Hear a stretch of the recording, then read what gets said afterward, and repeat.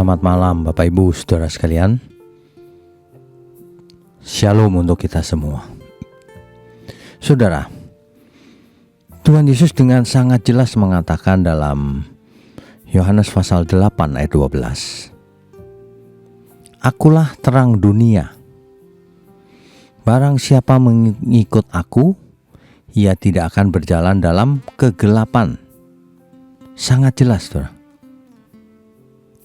Di Mazmur pasal 119 ayat 105 dikatakan dengan jelas, firman-Mu itu pelita bagi kakiku dan terang bagi jalanku. Artinya firman Tuhan itu yang akan menuntun kita hidup dalam terang. Masalahnya banyak orang tidak suka mendengar firman Tuhan. Apalagi zaman sekarang, anak-anak muda tidak tahan untuk mendengar nasihat firman Tuhan 1 jam. Karena sudah biasa mendengar yang singkat-singkat. Misalnya 1 menit saja. Saudara, kebenaran itu tidak bisa disingkat.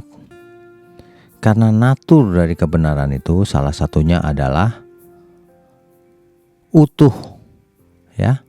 Jadi tidak bisa dikurang-kurangi, tidak bisa disingkat. Utuh.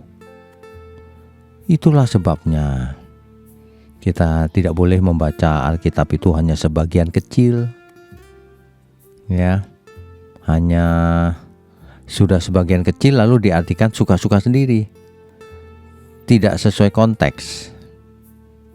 Padahal firman itu pelita kehidupan. Bagaimana kita hidup tergantung dari apakah kita mengerti firman Tuhan atau tidak. Ya, itulah sebabnya firman Tuhan itu pelita bagi kaki kita dan terang bagi jalan kita. Kan begitu. Di dalam Efesus pasal 1 ayat 18 dikatakan, dan supaya ia menjadi mata hatimu terang. Menjadikan mata hatimu terang. Ya, jadi jangan ada di antara kita yang menganggap enteng terhadap firman Tuhan. Makanya kita juga harus berdoa agar mata hati kita diterangi. Gitu. Efesus pasal 1 ayat 18, saudara. Dan supaya ia menjadikan mata hatimu terang. Terang Tuhan itu semakin nyata ketika kita meninggalkan dosa dan berjalan dalam kebenaran. Orang yang masih hidup di dalam dosa pasti tidak melihat terang. Aplikasinya gini, saudara.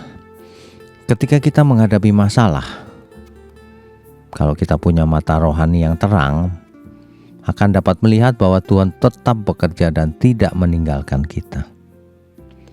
Saat membuat keputusan, kita tidak hanya mempertimbangkan keuntungan duniawi, tetapi juga kehendak Tuhan.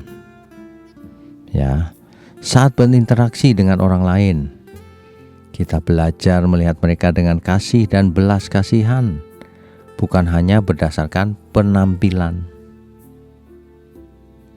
Saat menghadapi cobaan, kita bisa tahu mana yang benar, mana yang salah. Tuhan Yesus sangat mengasihi kita, saudara. Amin.